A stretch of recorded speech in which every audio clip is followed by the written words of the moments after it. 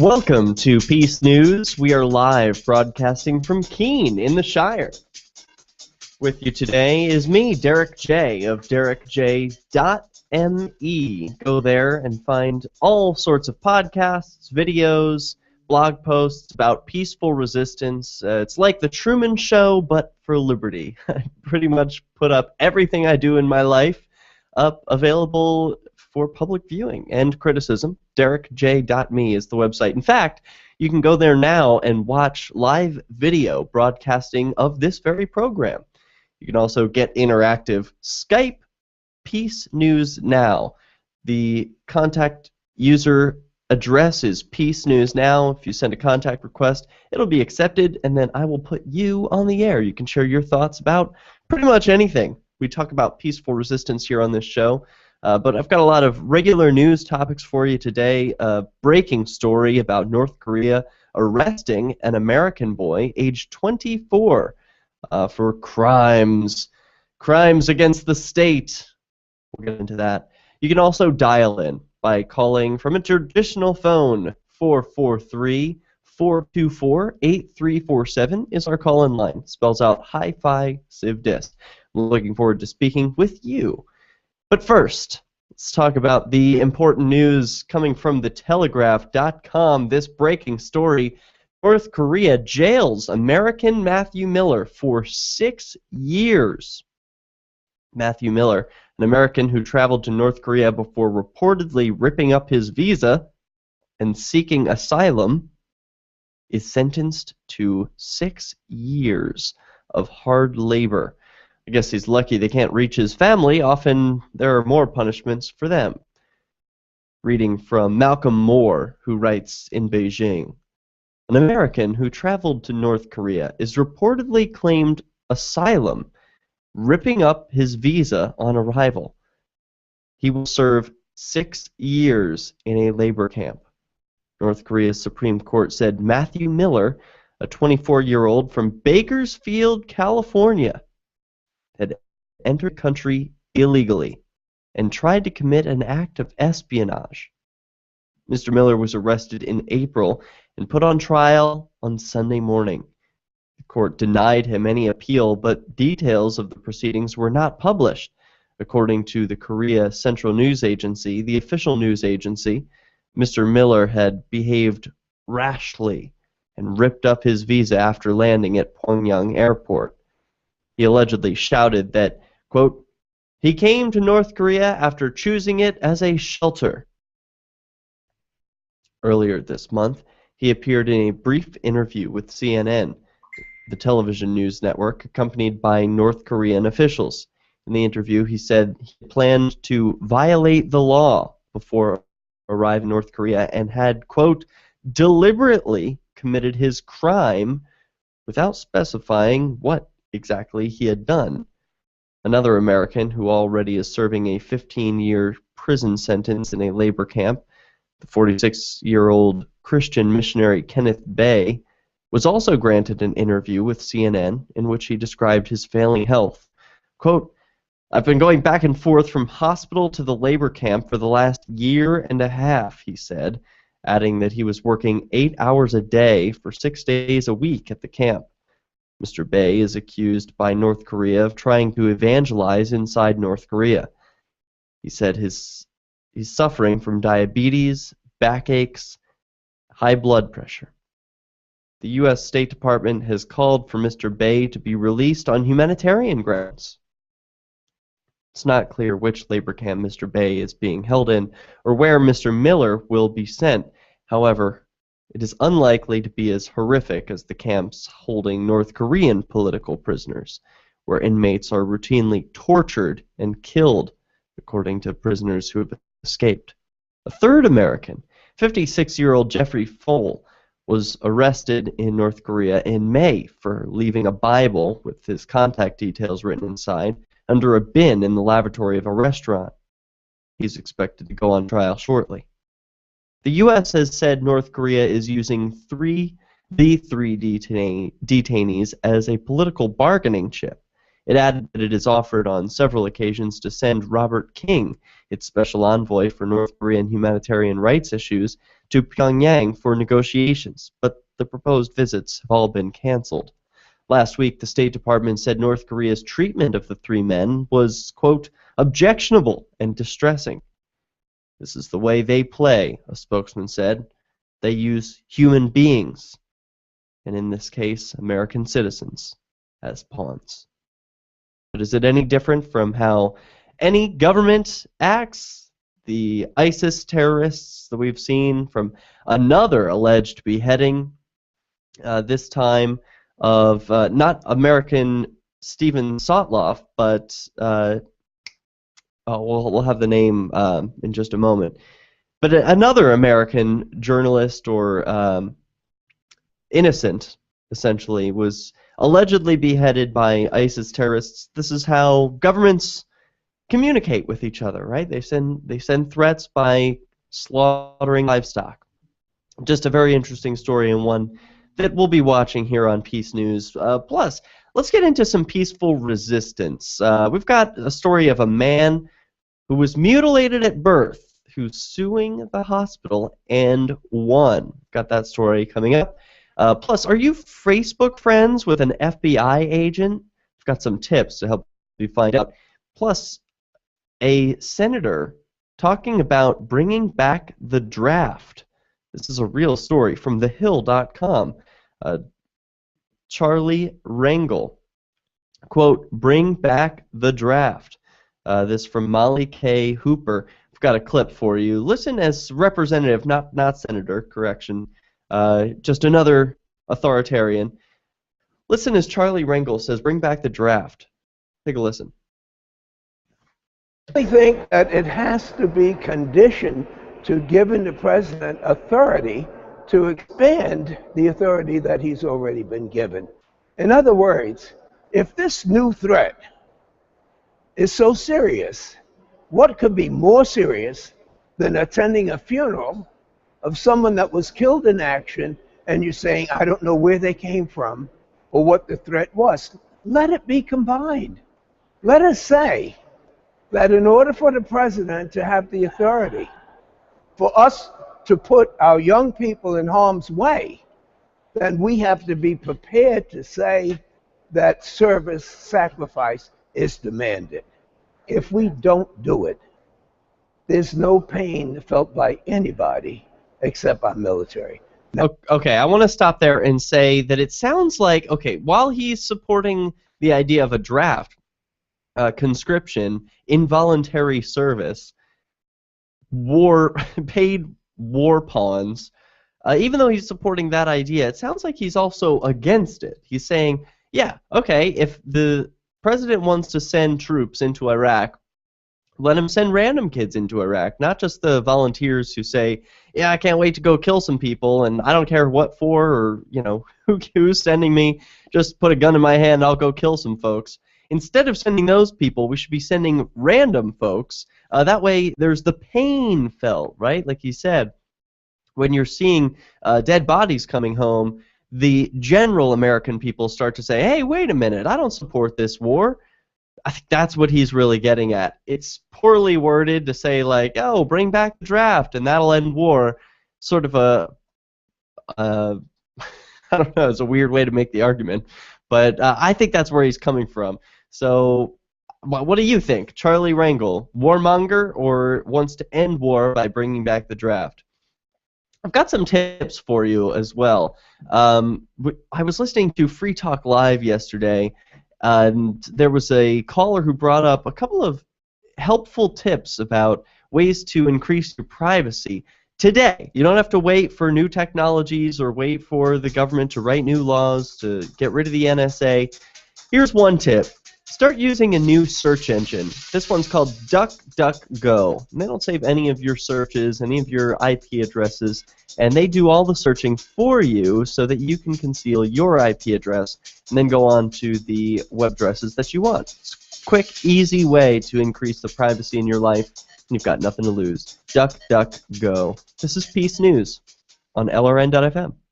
Are you a political activist who does things that the government might not like? Then this free ebook may save your life. Rats is your guide to protecting yourself against snitches, informers, informants, agents provocateur, narcs, finks, and similar vermin. Rats was written by OG libertarian Claire Wolfe.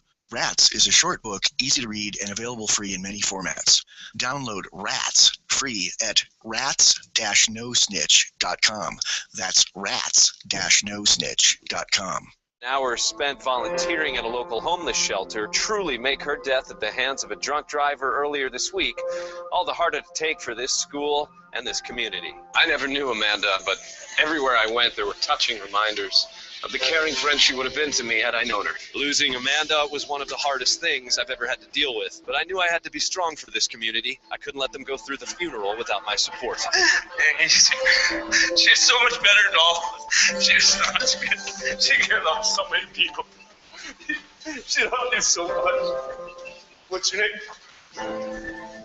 She loved you, Russell. And we have O'Brady Shaw with us right now. Thanks, Brooke. Not quite how I would have reported the story. Seems a bit unprofessional to let yourself get so emotional. Well, when people are feeling pain, I feel it too. Don't you ever get emotionally invested in a story? No, I don't. You know, I had my tear ducts cauterized years ago, and I like to keep my emotions stored in a special place in my mind where they only come out for my night terrors. This is the Onion News Network. DVD, books, music, instruments, periodicals, computers, software, electronics, photo, cell phone, office products, home and garden, bed and bath, furniture, kitchen, pet supplies, automotive, hardware, apparel, shoes, jewelry, grocery, healthcare, sports and outdoors, toys, games, used, and more. It's a department store at your fingertips. Shop.lrn.fm. Get all your shopping done, get a great deal, and a portion of your purchase goes to benefit the Liberty Radio Network when you shop at Amazon via shop.lrn.fm. If you want to move to the free state and you're looking for some real estate, well, I know a guy who's really great. It's the realtor Mark Warden. Do you want a home with 20 acres, a lakeside cabin, any takers for renters, buyers, and sellers too? Mark Warden is the guy for you. PorcupineRealEstate.com. Did you know that you can listen to LRN.FM 24/7 via our free-to-air satellite channel? From Mexico to Canada, our signal covers nearly all of North America. All you need is a view of the southern sky, an affordable receiver, and a dish as small as 30 inches. There are no monthly fees. Learn more at sat.lrn.fm. Plus, if you're a broadcaster or want to be one, this is a good delivery method for our content. See our coverage map and get details at sat.lrn.fm. That's sat.lrn.fm. What if the key to achieving liberty in your lifetime was to move together with others who think like you? Liberty activists are joining the Free State Project, which is over 70% of the way to its goal of 20,000 participants. And they're already making the move to New Hampshire. The successes are piling up and are proving the Free State Project is a real movement and no longer just a great idea. When you're planning your move, consider Keene. Keene is famous for its civil disobedience and non-cooperation, and there's plenty of political opportunity as well. From demonstrations and vigils to outreach and volunteering, there's a lot going on in Keene. Keene is the liberty media capital of the world, with television, talk radio, and more, all originating here. Though it's more than just activism, with regular social events each week. See what's happening at freekeene.com and get connected with video, audio, free books, a forum, and activist tools you can download and use in your area at freekeene.com. That's freekeene.com. Do you love Twitter? Make sure you favorite the LRN.FM Twitter account so you can receive our tweets at twitter.lrn.fm. That's twitter.lrn.fm.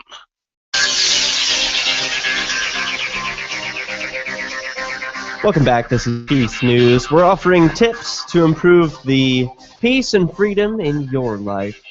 We're just talking about a tip to change your search engine provider to DuckDuckGo. We had a recommendation from the chat by Giggity Goo. He says Startpage is another one to check out.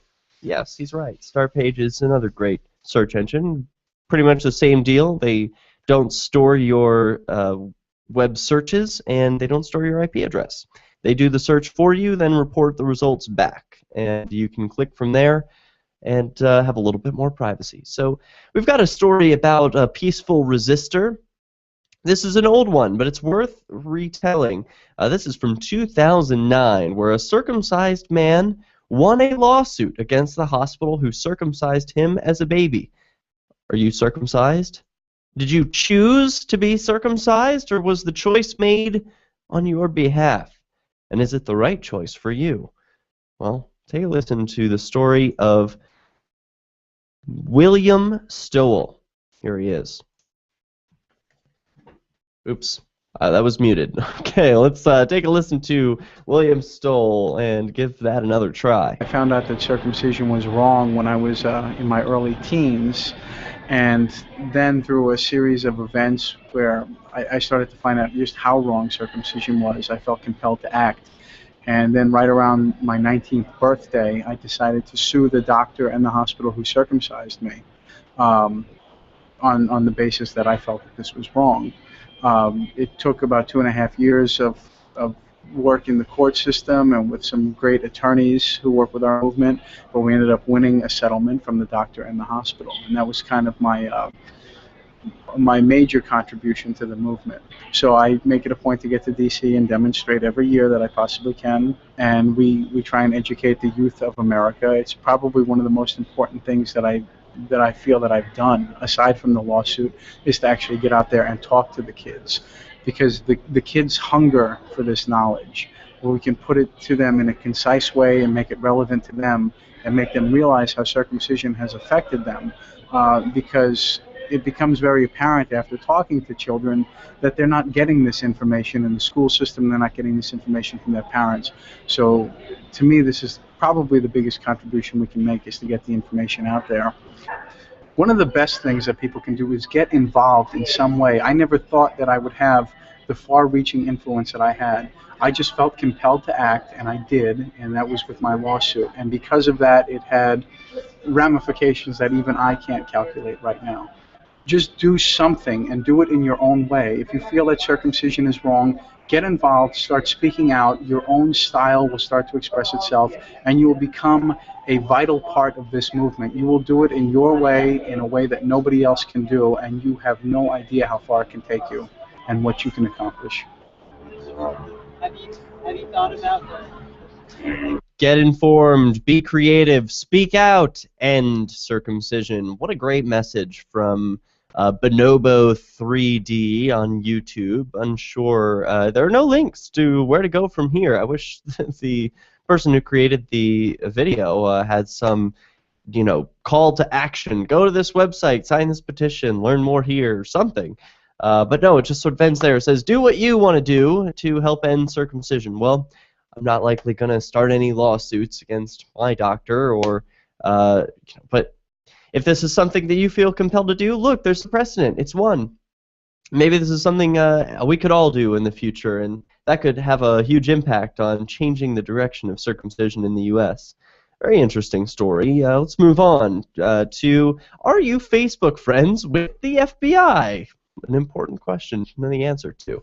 This from NBCnews.com. Oh no! Whatever. We'll have to move on and find that article in the meantime, because that's currently a bad link.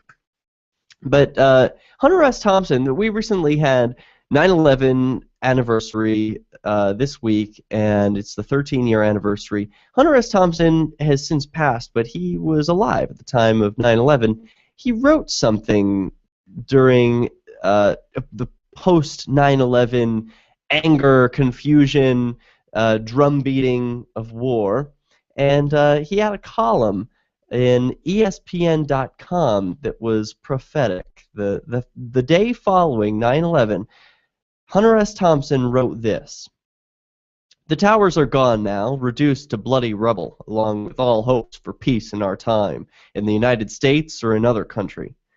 Make no mistake about it, we are at war now with somebody, and we will stay at war with the mysterious enemy for the rest of our lives. It will be a religious war, a sort of Christian jihad fueled by religious hatred and led by merciless fanatics on both sides. It will be a guerrilla warfare on a global scale, with no front lines and no identifiable enemy. We're going to punish somebody for this attack. But just who or what will be blown to smithereens for it is hard to say. Maybe Afghanistan, maybe Pakistan or Iraq, or possibly all three at once. Who knows? Not even the generals in what remains of the Pentagon or the New York papers calling for war seem to know who did it or where to look for them. This is going to be a very expensive war, and victory is not guaranteed for anyone, and certainly not for anyone baffling as George W. Bush.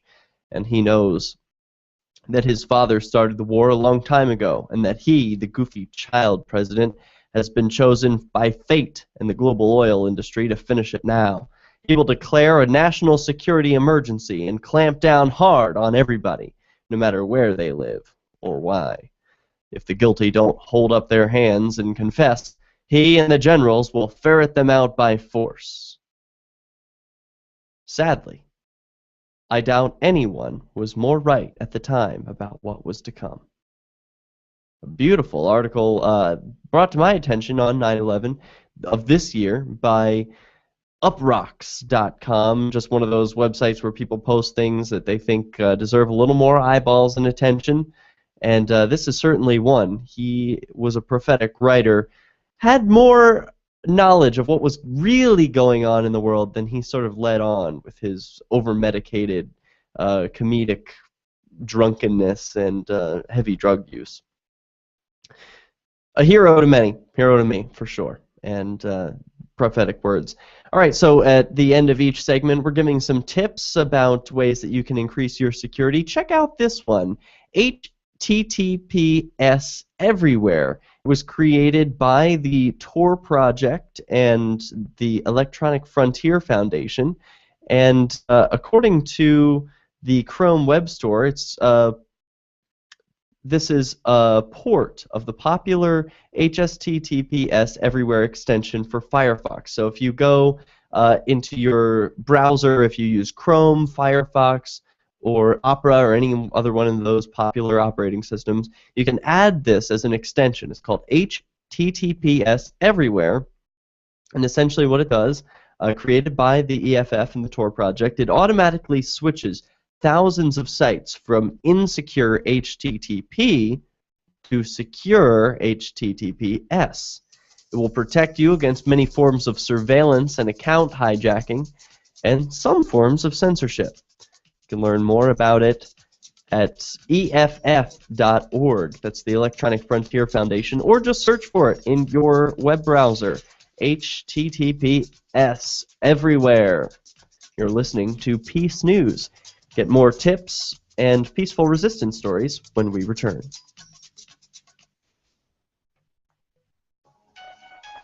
A congressman recently revealed that legislation totaling 2,900 pages and involving more than $1 trillion was available to members of Congress for less than 48 hours to study and consider.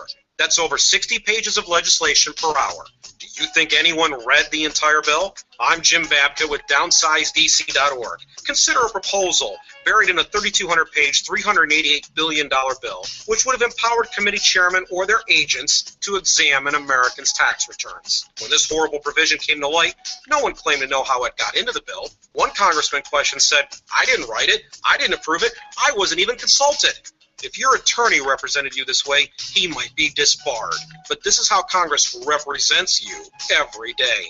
That's why DownsizeDC.org has created the Read the Bills Act. You can force Congress to read their bills before they pass them at DownsizeDC.org. Are you tired of governments murdering people around the world? Stop using their money. There is an alternative. Bitcoin is a stateless, free market, non-political currency. Bitcoin cannot be inflated or controlled by any government. By using their money, you are helping the state. Stop doing it. You have an incredible alternative available now. Learn it, use it, spread it. Get started with Bitcoin at weusecoins.com. That's weusecoins.com. Since time began, tyrants have taken aim at personal liberties. Now there's a movie that aims back. The government has no more right to tell us what to put in our bodies than they have to take our guns or tell us what books we can read. 6 drug police were eaten by bears while raiding a marijuana farm. On your knees, you dirty hippie! On your knees! What's the problem, officer? Today, many cops who enforce pot laws do so only because it provides them with cushy jobs, good benefits, and a chance to push people around. I was an undercover narcotics officer. The drug war is nothing but a farce. The Second Amendment says you got to keep you and your gat intact. Guns and Weed, The Road to Freedom. A film by Michael W. Dean and Nima Vadavi. DVD available now at gunsandweed.com or on Amazon. That's gunsandweed.com. Makes the perfect gift. Remember, that's gunsandweed.com. Here's a chance to do a little activism while you're cruising Facebook, Twitter, or Google+. Between the LOL cats, the recipes, the hot girls, and the inspirational sunrise memes, Free Talk Live's posts pass by your newsfeed. Like them, comment. It gives us more exposure. If you don't see our posts, click like at facebook.freetalklive.com and then hover over it to click Get Notifications. It's an easy way to spread the ideas of liberty a bit further. I know you're busy, but you can spare that 1/10 of a calorie it takes to click on something. facebook.freetalklive.com. Why did you move to the Shire? I moved here to the Shire because there's other people around who take liberty just as seriously as I do.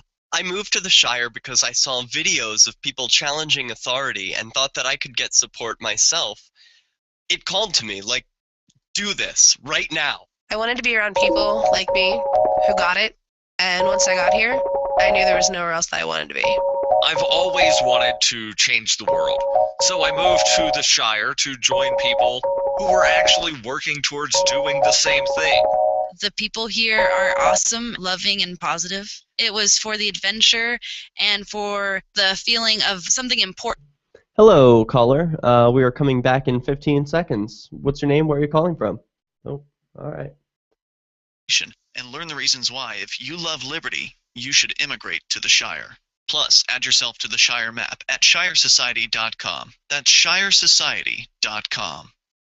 Listen to LRN.FM on any phone, anytime. 213-493-0309. That's 213-493-0309.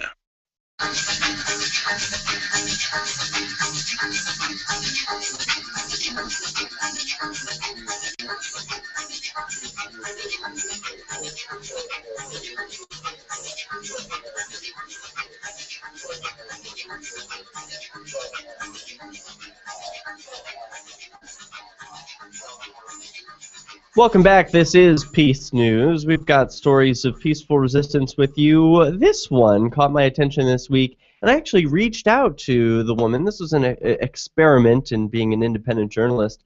I read an interesting story at the Washington Post and thought this woman is a hero. I want to reach out to her, have her on the program. Reached out via Facebook. It took just about a minute to find this person. We really do live in a remarkable age, and was able to reach out to her. Hopefully she will be on the program in just a few short weeks. Listen to her story. WashingtonPost.com, kindergarten teacher. There is a good possibility I will be fired, but... ... This by Valerie Strauss. Quote, teachers are increasingly speaking up about the on-standardized tests of students of all grades. Oh, we're getting a call. Let's take this call. Caller, you are on Peace News. What's your name? Where are you calling from? Oh, and the caller ended the call, so we'll have to get connected some other way. So teachers are increasingly speaking up about the onslaught of standardized tests that students in all grades, including kindergarten, are required to take in public schools today. Some are refusing to administer the tests, which can result in a teacher being dismissed for a breach of contract. Here's a letter that a Florida kindergarten teacher, Susan Bowles of Lawton Shields Elementary School in Gainesville, Florida, posted on Facebook to the parents of the students of her class, detailing the tests she's expected to give to 5-year-olds and problems that have developed in administering the tests. She also explains why she will no longer give the Florida Assessment for Instruction in Reading, or FAIR, tests to her students anymore, even if it costs her her job. She gave me permission to publish it here. Bowles is getting a lot of support on Facebook. The Gainesville Sun reported that Alachua County Public Schools administrators, the school board, the teachers union, and hundreds of parents and other teachers have expressed support on social media for Bowles. We'll try and answer that call once again. Caller, you are on Peace News. Go ahead with your thoughts. And they ended it once again, so that's going to get frustrating.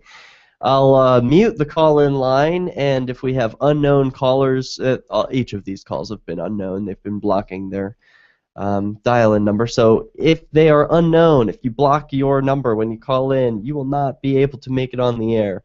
So I will have to give your area code before you come on. Okay, here's the letter from Susan Bowles. This is what she writes. And this is one teacher standing up saying, no, I will not comply. And she may lose her job for it, but look, you see she gets the support of hundreds of parents and teachers. Here's what she wrote. To the parents of the boys and girls in my class, I wrote you a letter over the weekend to let you know I am refusing to administer the FAIR test, Florida Assessments for Instruction in Reading, to your precious little ones. I had hoped to send you an email or a letter, but it would not be professional of me or allowed by the district for a letter to go out letting you know that I'm doing something that's a breach of contract and therefore against the law. I want you to know that for the 26 years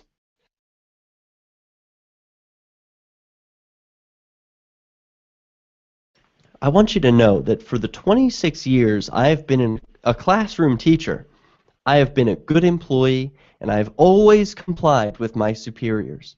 I also want you to know that this is not the first time, that this is not in any way being done because our principal or superintendent are mandating these tests. This is a government issue.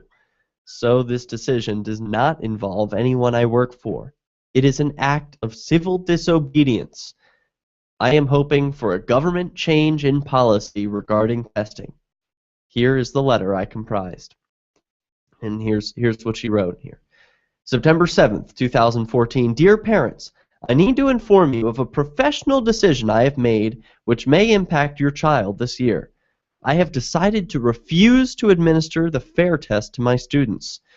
As you might be aware, there's a lot of testing going on these days. Some information of which you may not be aware is how much instructional time is lost because of all the testing. You may also not have knowledge of how many assessments are required. These are the assessments given in kindergarten. 1. Beginning of the year assessments given by classroom teachers to determine their knowledge of letters, sounds, phonemic awareness, sights, words, number recognition, and number sense. These are tests that all good kindergarten teachers give. It's useful information for us to use in planning for instruction and pulling small groups for instruction. Usually at this time of the year at Childs, we will have children in their reading groups. This year we have assessment mandated by the state, which are so time-consuming it'll be weeks before we can instruct. 2. Baseline reading test from the Reading Street series, the county-adopted reading program for elementary schools. 3. FLKRS assessment, the Florida Kindergarten Readiness Screener. In the past, this has been a checklist for determining how effective voluntary pre-kindergarten education is. But this year, we were told to take anecdotal records by observing 45 performance indicators across 5 developmental levels. This is to be completed within the first 30 days of school. The demographics portion of this assessment is available online for teachers. The work sampling system part, where we enter data on 45 performance indicators, is not yet available. Monday will be the 15th day of school.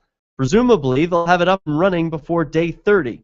So here they are requiring that teachers perform some sort of performance indicators for their students across 5 developmental areas. They have to finish it before the first 30 days of school, and it hasn't even been implemented yet. It's a half over. The first 30 days are half over. The teachers are required to do an impossible task. Number 5, FAIR testing. We've been given the FAIR assessment in the past, but this year it was revamped. It does provide useful information, but nothing significantly superior to what typical kindergarten teacher would observe in her students. While testing a child last week, she double-clicked with skip. This year, it will be more time-consuming and more difficult. Kindergartners are required to take it on the computer using a mouse. And while testing a child last week, she double-clicked, which skipped a screen. This little girl double-clicked 3 times and triple-clicked once. There's no way for a teacher to go back. Neither is there a way for school administrators to go back and make a correction. While we were told it takes about 35 minutes to administer, we're actually finding that in actuality, it's taking between 35 to 60 minutes per child. This assessment is given one-on-one. It's recommended that both teacher and child wear headphones during the test. There's no provision from the state for money for additional staff to help with children in the classroom while this testing is going on. And if you estimate that it takes approximately 45 minutes per child to give this test, and we have 18 students, the time it takes to give this test is 13.5 instructional hours. If you look at the schedule, a rough estimate would be that it requires about 1 full week of instructional time to test all of the children. Our kindergarten teachers have been brainstorming ways to test and still instruct. The best option we've come up with is for teachers to pair up, with one teacher instructing 2 classes, while other teachers test one-on-one. So now we're looking at approximately 2 weeks of true instructional time loss because we cannot each teach our curriculum, pulling small groups and targeting each child's educational needs. Fair testing is done 3 times a year. This is the testing she's refusing to do. And it is a breach of contract to not administer the test, but she can't, in good conscience, submit to administering the test 3 times a year, losing 3 full weeks, 6 weeks of instruction time. Liberty activists around the country are starting to realize politics alone won't set us free. So what will? At Liberty on the Rocks, we believe the answer starts with living your principles, spreading ideas, and connecting with those around you. By starting a Liberty on the Rocks network, you can make a difference by uniting libertarian thinkers. Find out how much fun it is to build your local network from the ground up. Visit libertyontherocks.org today to get started. I've been told no in many different ways. I give you an order and you're going to obey it. George, you can go this way. You can do that and you have to leave here. You cannot bring Simon to the rally. Walk with me. Well, I'm comfortable here, actually. Whoa. Hey. Who do you think you are? Excuse me. There is no video or audio allowed in this office. No, I have work today. You ain't gonna make it. Wait a minute. Hey! Oh my God! Unbelievable! Because you're scared of me. What am I being paid for? You're being served. What is this? You're being served. What is this? Bureaucrats have a funny way of telling people no. That's the sound of the men working on the chain. Derek J's Victimless Crime Spree. Watch it for free and order the Director's Cut DVD at victimlesscrimespree.com. Now that you've found the Liberty Radio Network at LRN.FM, you may want to help expose others to our great programs. To assist you in doing so, you'll find resources at promote.lrn.fm, including details on how to get a free bumper sticker, quarter-page flyers you can print out and distribute, banners for your website, as well as files that will allow you to make your own custom banners and graphics. Visit promote.lrn.fm and help bring new listeners to the Liberty Radio Network. That's promote.lrn.fm. Shiny badges on your jacket, shiny badges. This is Davi Barker from ShinyBadges.com, and I just want to personally apologize for airing a jingle week after week, month after month, that turned out to be such an infectious brainworm. So to make it up to you, I'm offering a free gift. The next time you make a purchase at ShinyBadges.com, write worms in the transaction comments, and I'll send you something weird. Instead of just listening, you can also watch. See the Liberty Radio Network's Keene, New Hampshire-based live shows via our studio cam at cam.lrn.fm. Plus, you'll still be able to listen to the Liberty Radio Network via the cam feed in high quality 24/7, even when there's no live show being produced in our Keene studio. But wait, there's more. Our chat room is built into the cam page so you can interact with other listeners online. Listen, watch, and chat, all free at cam.lrn.fm. That's cam.lrn.fm. If you're looking for work, you know what I mean by elevator speech. It's the short version, saying just enough to make the listener want to listen more. Even if you're not a job seeker, effective communication skills have never been more important, with money and attention so scarce now. So to cut through the clutter, choose every single word as though it was the last word the person you're speaking to will hear. Otherwise, it might be. Instead of saying, due to the fact that, say because, and avoid mispronunciations. Say jewelry, not jewelry, which could offend. Undoubtedly, you don't want to say undoubtedly. And whatever you do, never use a preposition to end a sentence with. Just kidding. For more tips, hit survivalspeech.com. I'm Holland Cook. You can interact with other LRN listeners on our message board at forum.lrn.fm. That's forum.lrn.fm.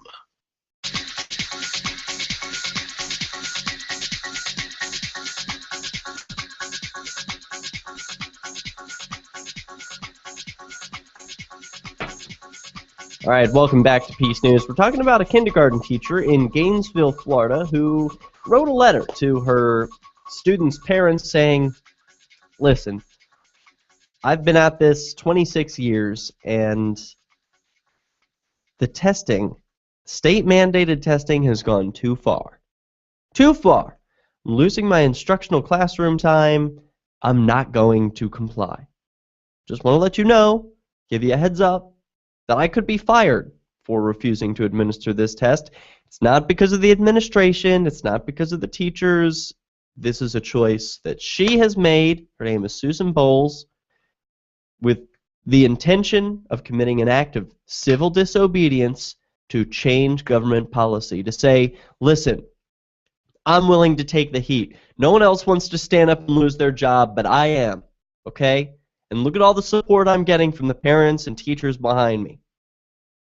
You've gone too far, government. We need to educate our children. If we're spending all this time testing them, fitting them into little boxes, then we're not doing any good. This is someone who actually cares about the state of education. She's listing the different types of tests that are administered to these kindergartners. She's already listed 5 so far. Here's more. Discovery education tests. These are given 4 times a year. Chapter assessments in math, which give us information regarding how well the students have mastered the material. Math benchmark tests. There are 3 of these. Reading unit tests. Beginning this year, end-of-course tests are required for all students K through 12. The subjects will be tested in kindergarten, reading, math, social studies, science, music, art, and physical education. I think you can see that this is not only a lot to ask of 5-year-olds, it's also taking away hours and hours of instructional time. I am not opposed to assessments, and I am for accountability in schools, but enough is enough. I keep asking, when will the insanity stop? When will someone speak up? God has put it in my heart, and I am to take a stand. This means I may be giving up my beloved profession. I may lose the chance to delight in seeing the excitement and joy that comes from meaningful learning.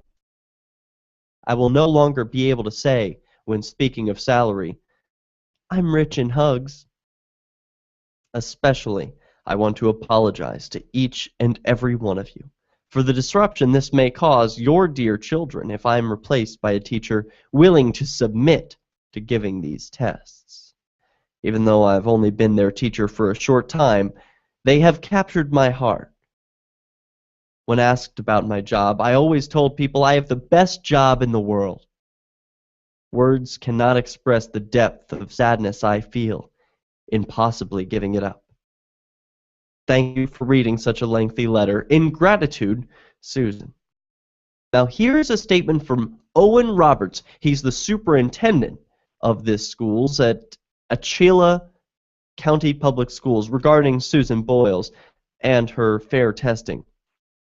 This is what her superintendent, Owen Roberts, says, quote, "With all the recent media attention surrounding the decision by local teacher Mrs. Susan Boyles not to give the state-mandated fair test to her students, I want to ensure that parents, teachers, and other citizens understand the district's position on this issue." Yeah, what is the position on the issue? He says, quote, "I have met personally with Mrs. Boyles, and the district has heard from parents praising her as an excellent teacher. I certainly appreciate her concerns regarding fair testing. I have said clearly and publicly that I believe there is too much standardized testing here in Florida, and that much of it doesn't offer a significant educational benefit for children. However, Florida law requires that all kindergarten students take the fair test during the first 30 days of school. Until the law changes, the district is obligated to administer the test. That being said, I'm very concerned about the current technical issues with fair testing, which is given online. They cropped up a few days ago, and as of Thursday morning, we have yet to receive official notice from the state that they've been resolved. Those issues are making an already difficult situation for teachers and students even worse. I know many parents and others have questions about Mrs. Boyles' status, which at this point has not changed. The district is reviewing the situation, and while that review is underway, Florida law says that we are not allowed to discuss it. While I certainly appreciate the concern that has been expressed on behalf of Mrs. Boyles, and I know she does as well. In the meantime, I would encourage anyone who has issues with the fair test in particular, or testing in general, to contact their local legislators and other state leaders. This school board has shared its concerns with those leaders for the past several years, as have I. However, they also need to hear from parents and other citizens about this very important issue. Well, it has gotten too far, and it's your silence. Well, probably not yours, because you homeschool, don't you? Or you unschool your children. But you other people out there, everyone else who's listening, being silent about what's happening inside of government schools is what results in this type of thing, like where teachers, parents, everyone's agreeing that the government is mandating too much in the way of testing and too little in the way of education, but no one's willing to speak up or do anything about it. Hey, well, I'm glad Susan Boyles is willing to take one bullet, metaphorically, for the team to say, I could lose my job, but I'm not giving out this test. We've seen and covered stories of parents in New York and across the country refusing to allow their students to take the state-mandated tests, but this is the first time I've seen where a teacher actually says, enough, I'm not your lackey, I'm not going to just do whatever you tell me to do, I care about the education of these students, and I'm losing my instructional time because of your darn state-mandated tests, which do nothing for us and are shaky at best. Well, someone has to do it. Someone had to stand up and say they're not going to take it anymore. And if it's going to be Susan Boyles, well, we will report her story, and hopefully there will be copycats and many others like her across the country. We've got another story of peaceful non-compliance, but this is a different one, and one I applaud. I'll let you know my feelings on this right off the bat, even though this has a lot of gay people upset. Travis McIntosh and Matt McCormick wrote their wedding vows yesterday, brimming with nervous excitement about their big day. The Dundon men will marry tomorrow, but their move has horrified gay groups. The pair are heterosexual best mates. Engineering student Mr. McIntosh, age 23, And teacher, Mr. McCormick, age 24, will tie the knot to win a The Edge radio station competition and a trip to the 2015 Rugby World Cup in England. Mr. McCormick said from Auckland yesterday, opposition to the wedding was understandable, but the pair never intended to offend anyone. We're not here to insult anyone. We're here to do our own thing and travel our own path, Mr. McIntosh said. The wedding was not mocking the institution of marriage. Quote, it's seeing how far two good mates would go to win a trip to the Rugby World Cup. We picked our wedding certificate, and the nerves are starting to really hit home. The men will marry, in front of 60 family and friends at Eden Park, Auckland. Mr. McIntosh said most guests would travel from Dunedin and Central Otago to pay their own way. A celebrant would make the union legally binding, and Crowd Goes Wild television presenter James McHoney would be MC. The pair said their wedding vows would touch on their friendship and recall their time playing rugby together at King's High School in Dunedin. They were undecided if they would take hyphenated surnames or who would walk down the aisle. The couple's wedding song is Cruisin' by Huey Lewis and Gwyneth Paltrow. Mr. McIntosh said he and the marriage would last at least 2 years. Mr. McCormick, a teacher at Musselburgh School, said the friendship began after the two met as Pirates Rugby Club in Dunedin when he was aged 6. His family, like Mr. McIntosh's, was excited about the wedding. Quote, they're backing us 100%. Well, that's a happy marriage, and so few marriages end with a happy note like that, so I wanted to see more couples, friends becoming married. I don't think it hurts the institution of marriage at all. It's a happy union. Look up DNS Crypt. Here's another tip that you can use to keep yourself safe online during the break. DNS Crypt. It's lightweight software anyone can use to boost their online privacy and security. DNS Crypt. You're listening to Peace News. People of Earth, prepare yourselves. Admit you're stoned. I have no soul. He cannot pick up a knife to cut a steak. I find your lack of faith disturbing. I might consider some toe sucking. How much pot are you smoking right now? My ball handling isn't so great. Inconceivable. The 27th level of I don't know what you're talking about. You can't handle the truth. It's so hardcore, people won't even believe it. It's a story about love, for Christ's sake. Jesus Christ. Sounds good. I mean, I'm not really sure what it means. Come on. When I think about him, I feel funny inside. Rubs the lotion on its skin or else it gets the hose again. Do what you want, man. I got no problem with it. But I'm still going to talk about it. What? Do you like that? Now it's just way too big. That needs to be censored. Excellent. For more of this insanity, visit BlackSheepRising.org. You have been warned. It's a freaking podcast. Duh.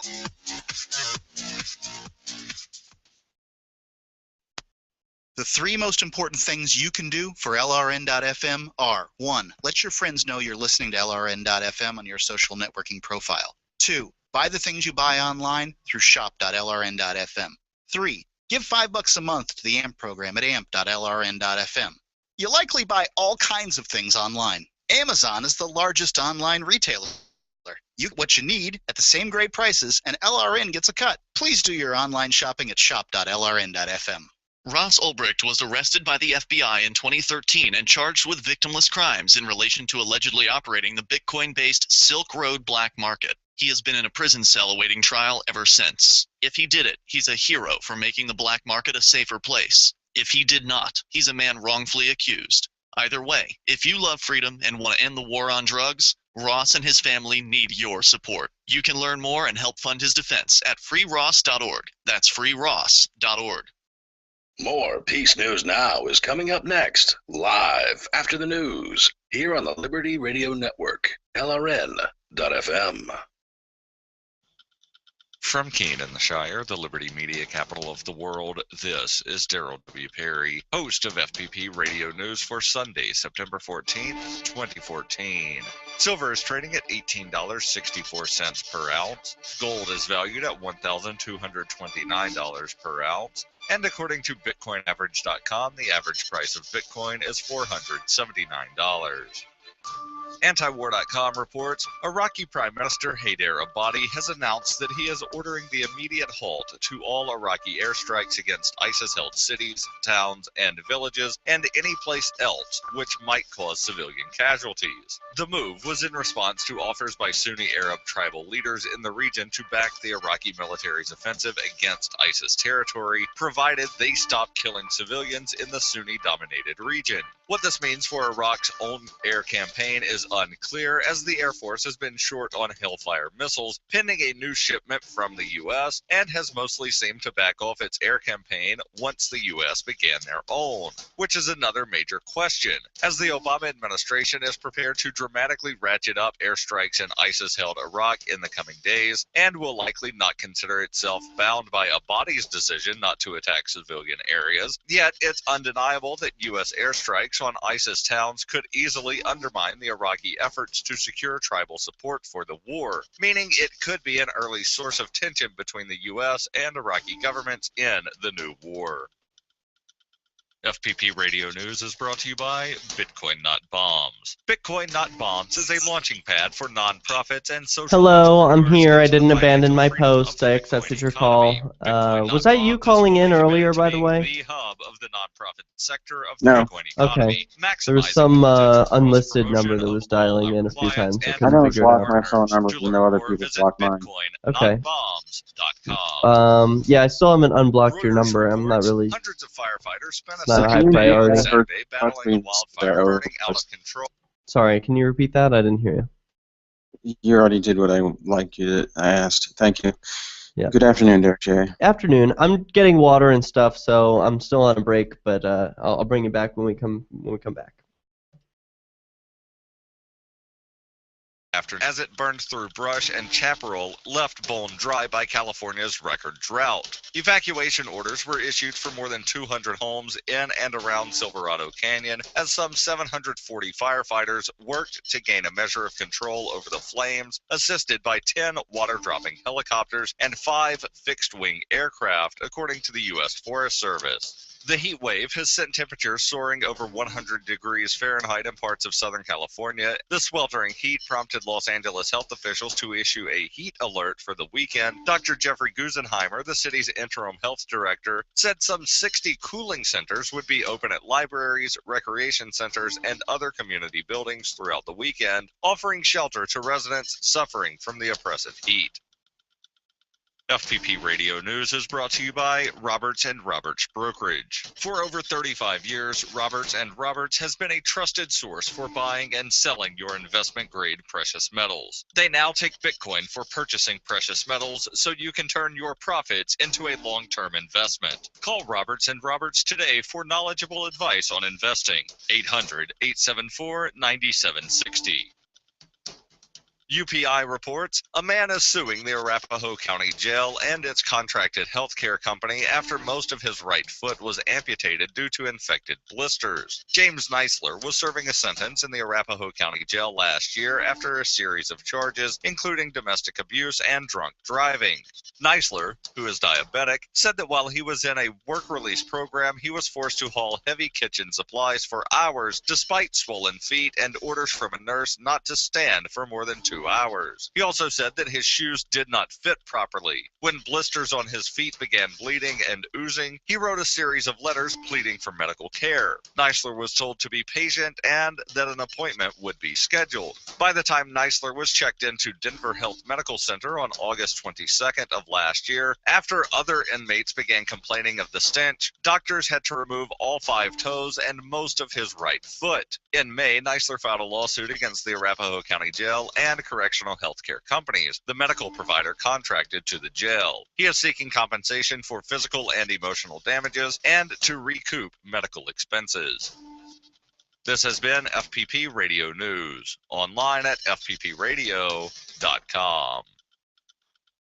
Retail giant CVS is gearing up for floods of customers seeking the perfect meaningless piece of crap for their office gift swap. The company is making no secret that when it comes to wasting the obligatory $20 on a useless electronic dartboard or pretzel maker for someone you couldn't care less about, CVS is your best option.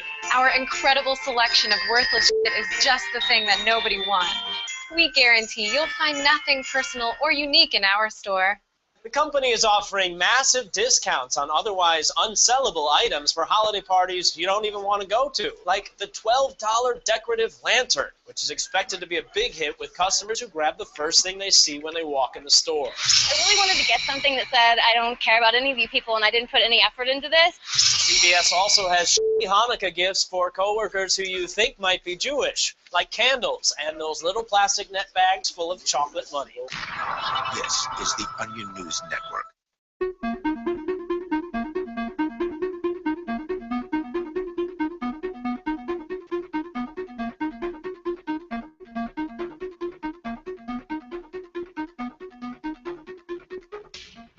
Straight people getting married. What are we going to do about it? Some people are upset. I'm not. Who wants to get married? Go let them. Does it really bother you? Does it really interfere with your life, your marriage, your money? I don't think so. So leave it be. All right, before the last break, we let you know about OpenDNS, OpenDNS.com. Learn more about DNS Crypt. DNS Crypt is a piece of lightweight software that everyone should use to boost online privacy and security. It works by encrypting all DNS traffic between the user and OpenDNS, preventing any spying, spoofing, or man-in-the-middle attacks. You can check out the source code. It's available free on GitHub. So sounds like it's a nice open source program. We'll learn more about it as we cruise along here on Peace News. You can call in, share your thoughts. 443-424-8347 gets you on the air, or Skype Peace News Now, like James in Arizona. James, what's up? Thanks for taking me on, Derek J. A pleasure to speak with you always. So what's going on today? Well, I share your sentiments the last time, your parting shots at me. Accuracy is important to me, very much so, just as clarity. I prefer clarity rather than agreement with you, but I never call just to shoot the Shiite with you. But so, how many other, getting back to this real quick, if I may, this John Huntsman political party rally that you guys raided? Yes. How many other people had signs? 0. Signs were not allowed. Okay. Yes. So, given that, why did you go to John Huntsman's political rally, by the way, with your friends? It seems like a place to capture media attention. If anywhere a big-time politician is going to be... I completely believe you there. Yeah. But I think it in another meaningful sense, to capture attention. See, yeah. You didn't go there to respect somebody else's political party, and it's disrespectful to the host when you don't follow somebody's own house rules. And that's why I suggested that I would have been all for the cops arresting you guys, because you were asked to put down the sign and respect the house rules and shut the F up. And we all came here to listen to John Huntsman, not you and Ian. Okay. And put the signs down, or we're going to have to tell you to get the hell out of here. Why didn't you just put the sign down and then listen to what the guy had to say, whether you like it or not? Just like the people that actually did go there for other reasons went there because they wanted to hear John Huntsman speak, because for whatever other reasons they were going to vote for the guy or maybe not vote for the guy, but they didn't go there to crash the party or to hold up signs. Okay, you asked a question. Do you want an answer, or are you just going to ramble? It's not rambling. I'm wondering if you listened to anything I did say, by the way. The question was... Jeez. One question. I will answer it. The question was, why did I go with signs? And the answer was to capture media attention. I know that anywhere a big-time politician is who's running for president, there's going to be mainstream media pointing their cameras at anything interesting that's happening. Media loves to capture counter-protesters, and that's exactly what I went there to do. Classic political speech, to bring a sign at any political rally. It's really a new thing. It's actually a new Obama order. As soon as Obama became president in 2009, he ordered that all political rallies are forbidden to have signs, except for those signs which are distributed by the political rally itself. And so it's sort of an Orwellian new type of Big Brother rule that I wanted to oppose. I wanted to say, look, I believe in free speech. I believe in political speech. that I should be able to hold a sign that's white with black ink that says legalize freedom. I don't think that's disruptive in any way, and in fact, John Huntsman wasn't even on the stage at the time when I was holding my sign. I was quietly sitting in a top row balcony, really not interfering with anyone or anything that was going on. Everyone was just sitting there. And all the video, if you don't believe me or if you want to see what happened exactly, you can go to Freeman TV Raw, where all of the video is there available for you to check out for free. We catalog all of the videos throughout the years, and that was in late 2011. So you just go check it out. See the video for yourself. Okay. James, I realize I answered your question sort of long-winded, so did you get an answer to your question? I'll call that rambling, if I may, since you take offense to people challenging you and taking up your airspace. Quite offense to it, obviously, because you went on a long-winded response. Yes. Although you don't seem much to care when people don't care for you when you do it to others. No, that's because I can mute you at any time when I want to, because I have private property over this show. Goodbye. Thanks for your call. Let's continue with stories of peaceful resistance. We've got gays getting married, even though they're not gays. They're same-sex partners who are heterosexual. We've also got, this was interesting. This happened this week. A militia threatened to block traffic over international bridges. The militia in Texas, called, what are they? The Rio Grande Protectors or something? Let me see. This from KRGV.com. Militia threatens to block traffic at international bridges. McAllen. Law enforcement officials and city leaders from across the Rio Grande Valley are preparing for what they say could result in tense moments or violence. Officials say they received word that members of a militia are threatening to block ports of entry. Take a listen to this report from KRGV, and I keep muting it, so here we go. Let's try that again. Listen to this report from KRGV.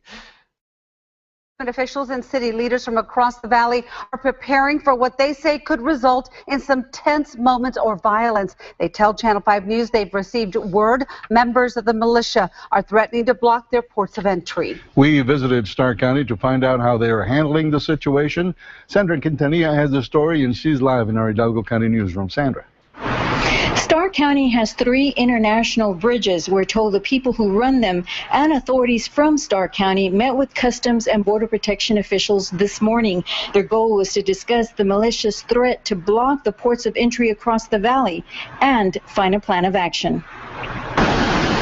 The Rio Grande City Camargo International Bridge is quiet right now. So are Stark County's other ports of entry located in Roma and Falcon Dam. Community leaders here fear daily operations may be disrupted. They received word members of the militia plan to protest illegal crossings September 20th by blocking the flow of traffic. Rio Grande City Mayor Ruben Villarreal understands these groups have the right to express their opinion. His concern is not knowing their exact intent. What can we expect? I don't know. And the unknown becomes an issue that we really got to prepare for. But I am 100% sure that with the National Guard, with DPS, with Border Patrol, and local law enforcement, we'll communicate and we'll handle whatever comes. Because the level of communication that exists doesn't get talked about enough. The level of communication that exists doesn't get talked about enough? Maybe the communication isn't that good then. But it is an extraordinary amount of communication. Mayor Villarreal says he's worried about people's safety. This guy, this politician, I don't know if he's the mayor or what, but he says so much nothing with so many words. Take a listen to this guy. If they're here to block traffic, to be a hindrance between traffic and a port of entry, that causes a problem because it's a safety issue. It's a huge safety issue for them and for the people who are frequenting that facility and those avenues. He also... Dude, nobody wants you here. Stop getting in everyone's way. They're not worried about the militia. What are they going to do? Shoot at the people trying to pass by? I mean, it's not going to happen. Fears a militia protest at all valley ports of entry could significantly impact the local economy. A port of entry is not just a port of entry for people, it's also a port of entry for commerce. I want to say that the hundreds of millions of dollars get transacted at ports of entry. So if their intent is to cause a disruption in a port of entry, it's not only a matter of people, it's a matter of commerce as well. Villarreal admits he knows nothing about the militia, only what he sees on social media sites and reads and hears about in the news. Only what I've heard on the news, but I'm very afraid. I'm afraid of the unknown. Okay, don't forget to check out OpenDNS. It's OpenDNS.com. You can get it for Mac or for Windows. DNS Crypt is the program. Help making your internet more secure, and it's totally free. Ladies, with the U.S. divorce rate near 30% in this job market, looks matter. Breast enhancement or reduction, a tummy tuck, or a little lipo can work wonders on you and your confidence. With hospital rates at fractions of U.S. prices, and thanks to the recent Thai coup, unheard of low airfare and jaw-dropping deals on luxury hotel rooms. Provide a little info. Get a quote. Hit us up at AsiaRunLikeHellGuide.com. Are you getting squeezed by the economic downturn? Hey, you were doing fine. Then, all of a sudden, you're having a tough time paying your family's credit card bills. Maybe you were downsized or even lost a job, but you still owe 10 grand or more in credit card bills. And you just can't afford the minimum payments anymore. We're here to help. We are the Genesis Debt Partners. We know the secrets to negotiate better terms with your creditors. Make a free 10-minute call right now and learn how we can help you get out of debt. 800-981-7590. If you owe 10 grand or more in credit card debt and you want to learn how you can pay less and get out of debt faster, call right now. 800-981-7590. 800-981-7590. Get out of debt now. 800-981-7590. Did you know you can get news updates about what's happening with the Liberty Radio Network delivered in the way you prefer? You can sign up for our email updates at updates.lrn.fm. Plus, you can stay in the loop by joining our Facebook profile at facebook.lrn.fm or follow us at Twitter at twitter.lrn.fm. It's all free, so sign up now at updates.lrn.fm for news updates delivered to your email box, facebook.lrn.fm to follow our Facebook page, and twitter.lrn.fm to receive our tweets. I love My Magic Mud. I drink a lot of coffee. I had stains on my teeth. Then I found My Magic Mud, and I was told it would remove stains. So I paid attention when I brushed the first time. My Magic Mud is black tooth powder, and the difference it made in my teeth in one application was noticeable. With 4, my teeth were as white as you normal folks out there. Please go to mymagicmud.com and buy a jar. There's 150 applications for $25. You can use Bitcoin, mymagicmud.com.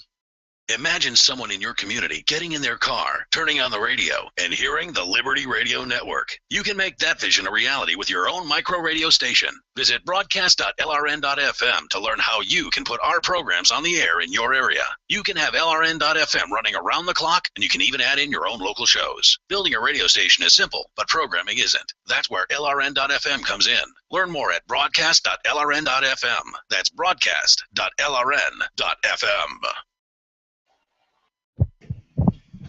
Yo, yo, yo, yo, yo. Check, check. Yo, yo, yo. What's up? Nothing. You cut off James so quickly. Yes. I was annoyed that he was just, I don't know. What do you think? I think Mark's just, like, not talking when he calls in. Yeah, Mark doesn't talk to him. He messaged me on Skype later, too, saying that I should allow freedom of the airwaves or something, and I'm like, I don't owe anyone airtime, period. This is my show. I put you on at my will. So if I don't like what you're saying, you're gone. I got plenty of news stories to get to. Got to talk about the militia. Oh yeah, the militia. And how carpooling is now illegal in California, thanks to the legislators. We'll get into that. Plus, whatever you want to share about. We're coming back. Hold your thoughts. Cool. Get your favorite shows via their websites and become an amplifier at amp.lrn.fm. That's amp.lrn.fm.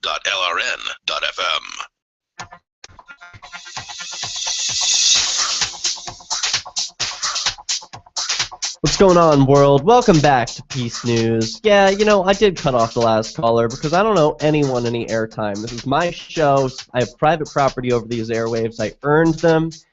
You come on and join us at my will. Let's make that clear. But you can call in and share what you want to talk about, or try to. Dial in 443-424-8347, or Skype us like Nathan in Texas. What's up, Nathan? Not much. You were reading the story about the militia, I think, in Texas? Yeah, isn't that weird? I hate I mean, it's kind of...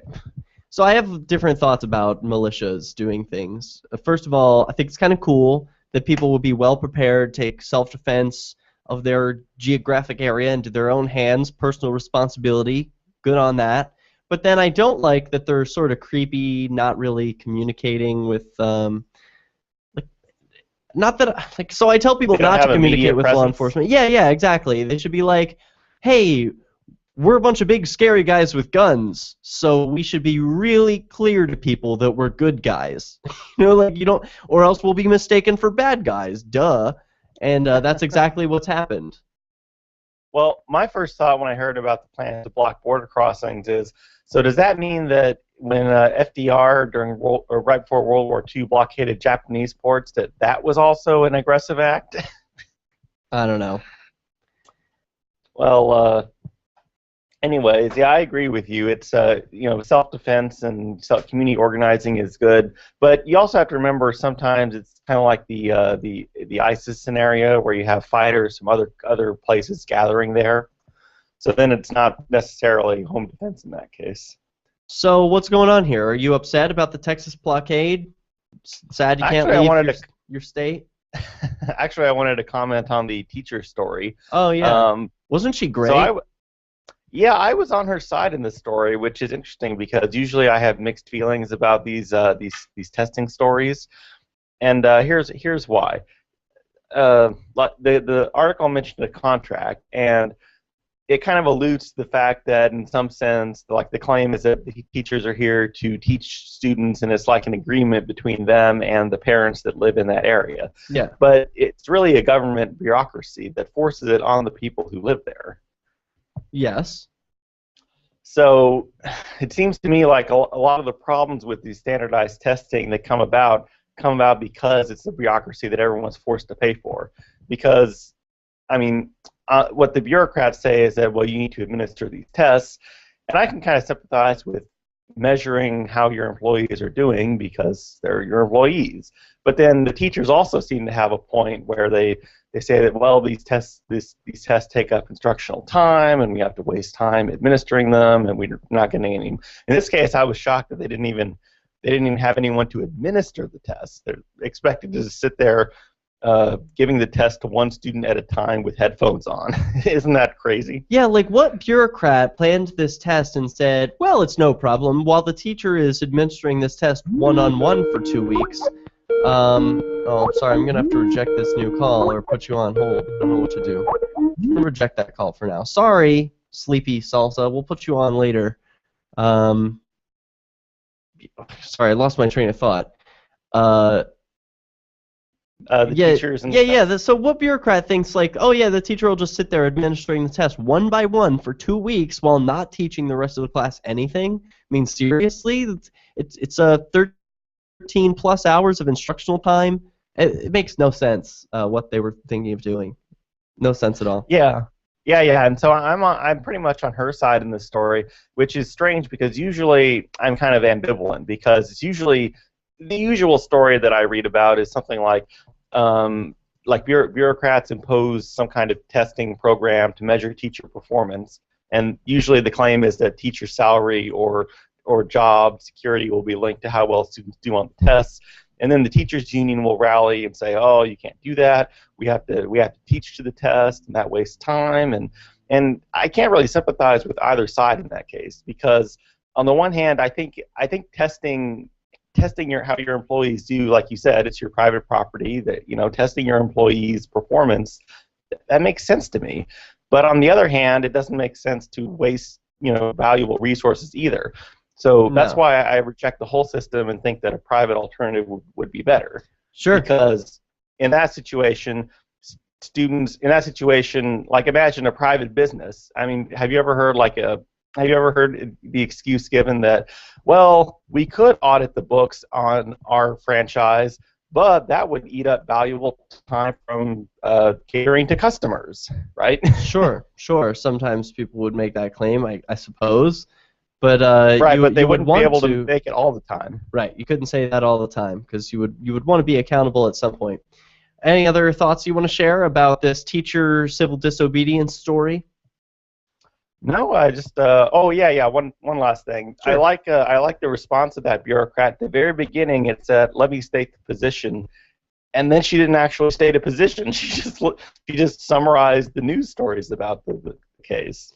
Well, wasn't their position that they will have to follow the law, and that if anyone wants to... Yeah, but everything she said was qualified. Well, we have to follow the law, but I have questions about the law. We haven't fired the teacher yet, but maybe she could be fired. It was basically a bunch of like weasel words that didn't really mean anything. But you could see where they were coming from. They support the teacher. It's pretty obvious. Well, I don't know. Maybe they're conducting some kind of bureaucratic review that'll take like how long ago did you say the story was? Just happened, September 11th. Yeah, so maybe it's still caught up in the bureaucracy and they don't know what to do yet. Yeah. That would be my guess. And so she just released that statement to just kind of, avoid any kind of scrutiny over the fact that they haven't said anything. But it's like you said, the politician says words without actually saying anything. That's what. Yeah, they're experts at that. It's amazing how they're able to do that. All right. Any other thoughts that you want to share tonight on Peace News? No, have a great night, Derek. All right. Thanks so much. And let's see if we can get Sleepy Salsa back on the line. He or she had some thoughts that he or she wanted to share. Go ahead, Sleepy Salsa. You're on Peace News. Hey, thanks a bunch, Derek. Long-time listener, first-time caller. And I also greatly enjoyed your Victimless Crime Spree film. Showed that to a bunch of my friends a while back, and they were unusually impressed with what you were able to do in the backup in the Shire. Cool, thanks, man.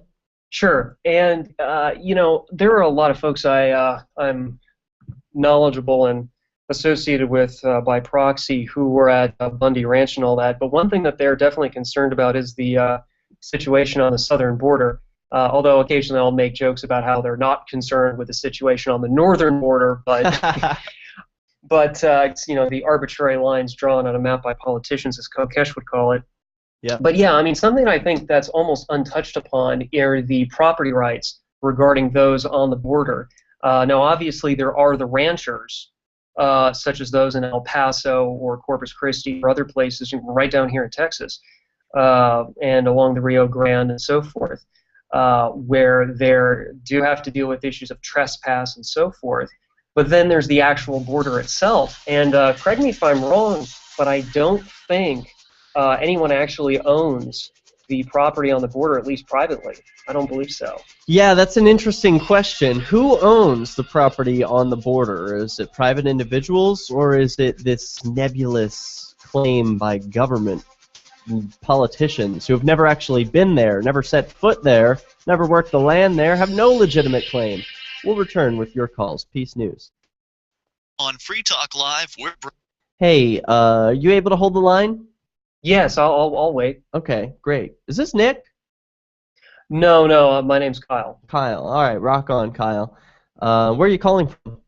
I'm calling from the center of the Sin, Texas, right here in Austin. All right, cool. That's a hotbed of liberty. There's some great stuff going on. Ross Ulbricht was from there, right? And unfortunately, John Bush lost his farm, but yeah. Right, that was a shame. Hopefully that'll be chronicled in his reality TV series. That was a lot of fun. I enjoyed the first episode, absolutely. I thought it was a terrific idea. I think more people should be doing things like that and not playing the reformist game, because I see that too often at the Capitol building, such as that one civil disobedience action that I know was filmed by Open Carry, Texas, where a guy was hauled off by State Highway Patrol for carrying an antique firearm. That's a shame. Yep. One of those black powder rifles that are I think it was an old revolver, I believe, yeah. Yeah, those are allowed to be open carried, of course, in Texas. But Nope, they hauled them away. I saw it. Well, I know that they will still arrest you for it, but illegally that's supposed to be allowed, right? Color of law is great, ain't it? Well, yeah, they just ignorance of the law is no excuse, but of course that doesn't work for police. They're allowed to arrest you regardless, and then it all gets sorted out in court later. Separate moral sphere for government, like Kokesh mentioned, right? I mean, that's kind of the problem. Yes, indeed. So we'll return to your thoughts and calls in just 2 minutes. So hold on. That's fine. I'll hold. Back. Keenvention received rave reviews last year. If you missed it, visit keenvention.info for full video coverage of every speaker and panel. This year, Rich Paul is our first announced keynote speaker, and more are being announced now at keenvention.info. Join old and new friends and neighbors in Keene for Keenvention this October 31st through November 2nd. You can pre-order your tickets now for just $60 at keenvention.info, or you can pay with Bitcoin. Visit keenvention.info for more information and to lock in your tickets at the pre-order $60 price for the whole weekend. Visit keenvention.info for more, or look for our page and event on Facebook. That's keenvention.info. The 3 most important things you can do for LRN.FM are: 1. Let your friends know you're listening to LRN.FM on your social networking profile. 2. Buy the things you buy online through shop.lrn.fm. 3. Give $5 a month to the AMP program at amp.lrn.fm. It's my firm belief that the AMP program is the best use of your charitable dollar among liberty-oriented groups. Support all your favorite organizations, but make sure you give $5 a month to the AMP program at amp.lrn.fm. A cool guy from middle school is still sporting his fat pair of Jinkos. A stunned St. Peter's Square crowd hears the Pope getting bitched out by God, and an 8th grader caked in makeup is probably really confident. This is The Onion Week in Review. This week, a Pew Research Center poll found that the vast majority of Americans would watch a television show called Love Trap, with most saying that regardless of the show's genre or quality, they would tune in weekly to see its stars stumble into romantic triangles, double-cross one another, and contend with whatever the titular love trap refers to. The survey confirmed that 62% of Americans would likely watch Love Trap to see a shrewd but cold-hearted Southern belle named Tammy. 23% of the nation hoped the show would be referred to as The Trap by its most loyal fans, and 15% of respondents said they simply needed something to watch. And in this week's science news, a biologist completes a 5-minute study of the pathetic organism in his mirror. In other news, a man confidently hits send on the worst job application a company has ever seen. This is the Onion News Network. You can put the Liberty Radio Network on the air in your area. Visit broadcast.lrn.fm to learn how. Broadcast.lrn.fm. Welcome back. This is Peace News. We're live this Sunday, September 14th, 2014, broadcasting from Keene in the Shire, the Liberty media capital of the world. I'm your host, Derek J. You can learn about me at derekj.me.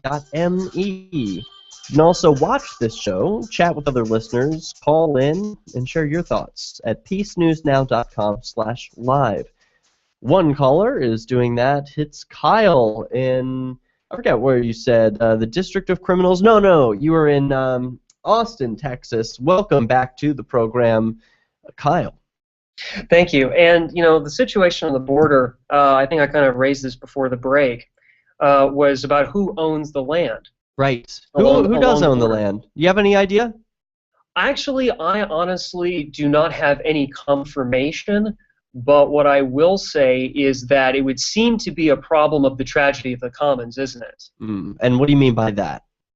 Well, it's a little bit of the problem with a little bit what happened with Cliven Bundy in Nevada, isn't it? Because the federal government owns so much of the land, but supposedly they do it under auspices of it being public land. But that's kind of the problem with our current, with that enemy rebel government out of the District of Criminals, I think as you put it, is because they have usurped the meaning of public, which was supposed to be just a collective form of ownership, and now it's supposed to mean government property. So technically, according to them now, they consider it their land, but then they're supposed, but that's not how, you know, if you go back to the ratification period of the 1780s, no, public was supposed to be like the people in common and so forth, but now that's been usurped, and that I'm kind of postulating is probably why you've got a problem on the border. It's essentially tragedy of the commons, and it's been that way since at least the 80s, if not before then. So do you support what this militia is doing? Are you against it? I think they are getting their feet wet in practicing an old American tradition that is little understood but has been well documented, which is essentially getting their feet wet in vigilantism, quite frankly, much like that was practiced in periods in the past, especially 19th century, when there was actually some degree of freedom. And in fact, something that a lot of people really don't understand that's kind of related to this is the fact about the constitutionality of police themselves, the so-called law enforcement. Dr. Roger Roots wrote a paper back in 2001 in the Seton Hall Law Constitutional Journal, I believe it was called Are Cops Constitutional? And there is one paragraph, if you wouldn't mind, I would like to read from it. Please. That I think, okay.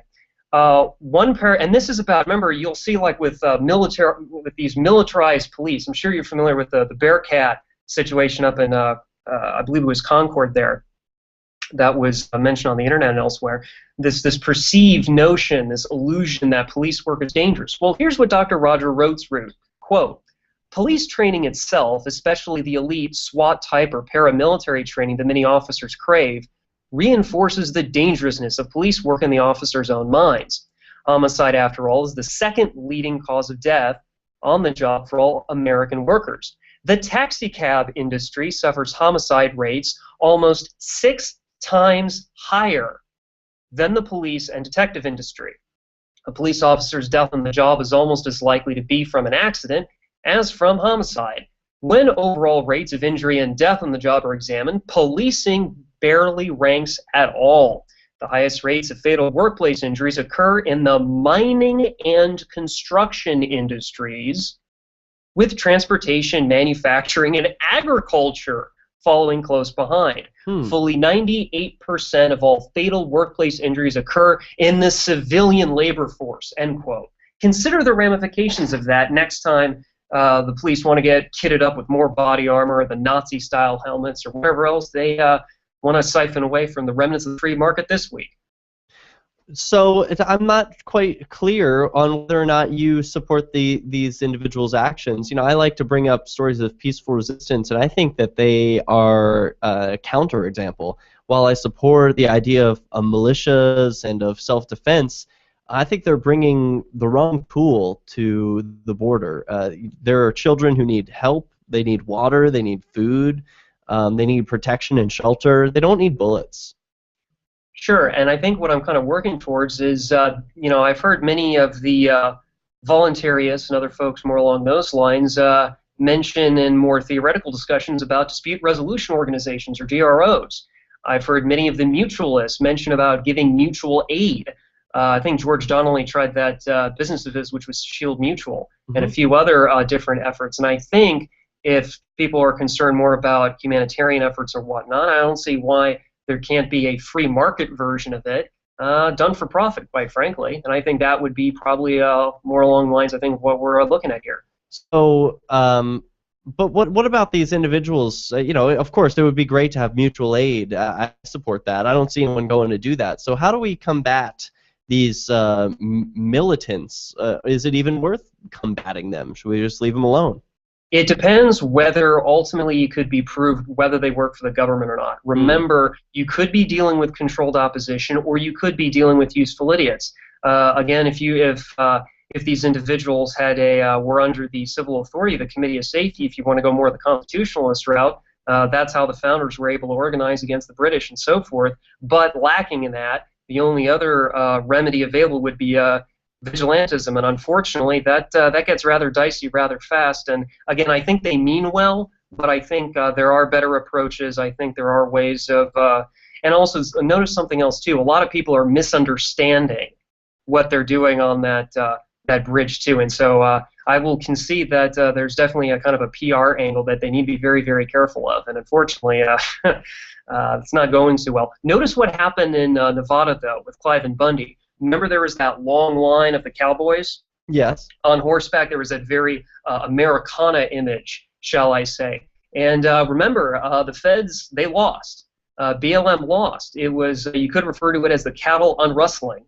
And the good guys won that day. Even the Southern Poverty Law Center, this is not very well known, by the way. Won what? I mean, what exactly did they win? Cliven Bundy is a farmer who owned a piece of land. He homesteaded it, had a legitimate claim to that land. Then the feds came in and said, no, we have a legitimate claim to this land. You don't. Go away.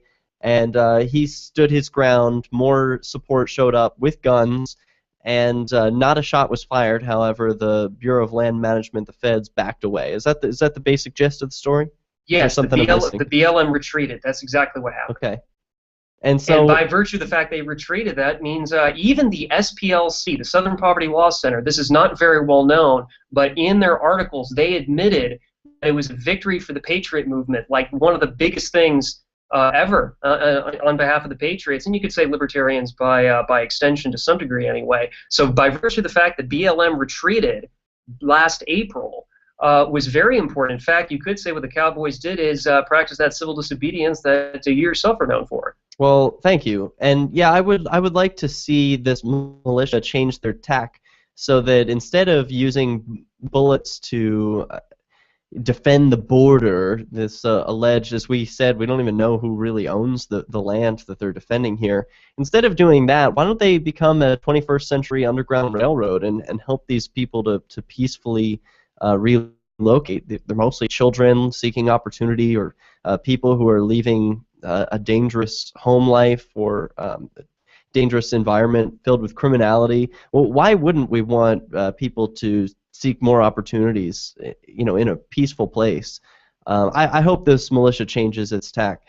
Any other thoughts that you want to share with us today, Kyle? Sure. Let me just. I'm sure, and that's one approach that could be taken. Let me add one more thing, though. What I was kind of working up towards. Sure. I mentioned the ranchers earlier, and I think it's fair to say that if you take property rights pretty seriously, that they shouldn't have to tolerate trespassers. Yes. Whether it's from the other side of an arbitrary line drawn by politicians, or whether it's from men who wear blue costumes with tin badges on them who think they know the law. Right. Last 15 seconds, you got them.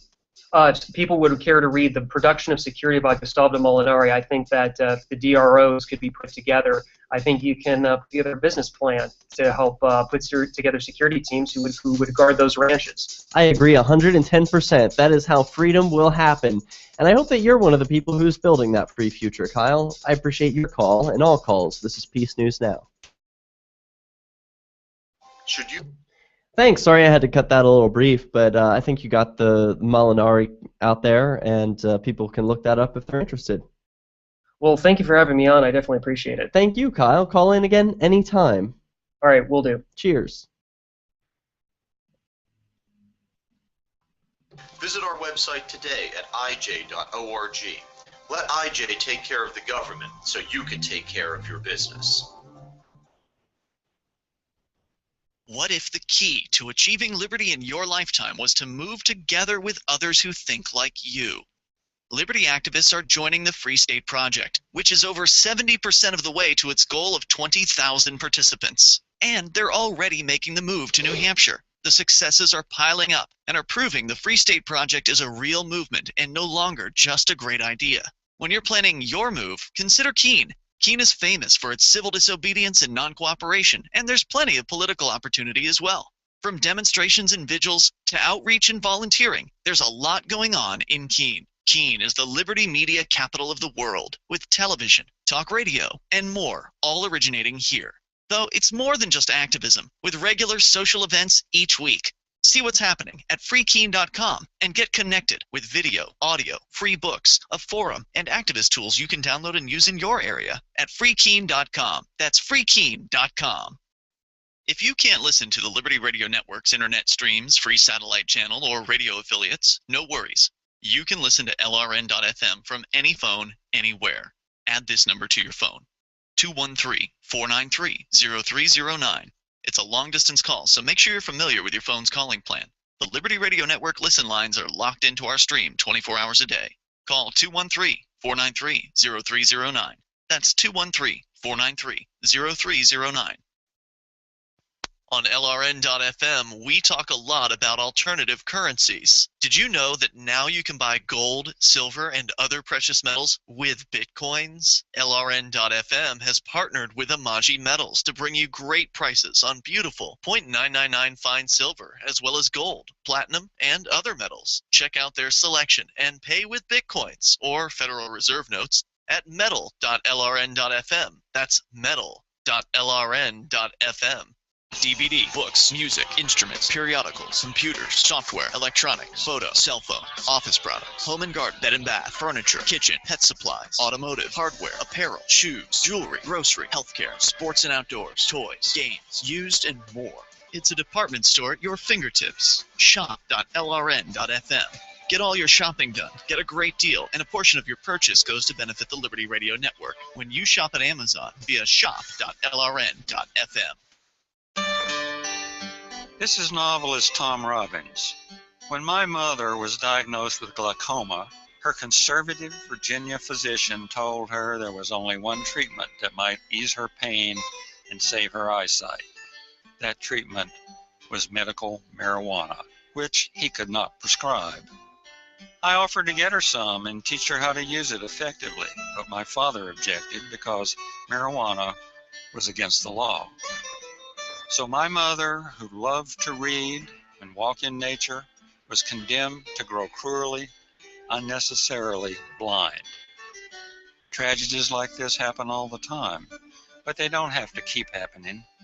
To learn more about medical marijuana, call the Marijuana Policy Project at 1-877-JOIN-MPP or visit them on the web at mpp.org.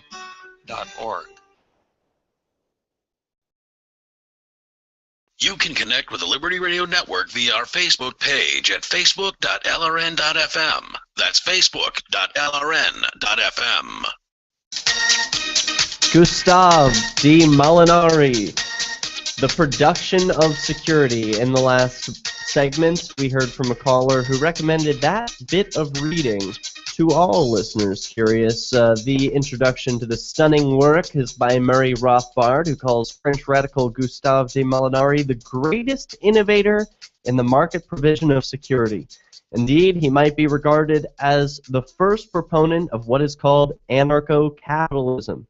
Molinari was steeped in the old liberal worldview of Bastiat, and hence was dedicated champion of private property and free markets. But Molinari took matters further to argue that markets were also better at providing the service that the state claimed was its monopoly privilege, the provision of security itself.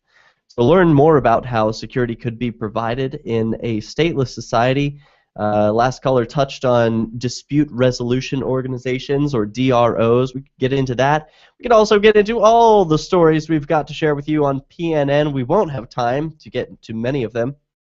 Coming up, carpooling illegal in California? A man refuses a TSA pat-down. Talking wall doesn't like photos being taken of it.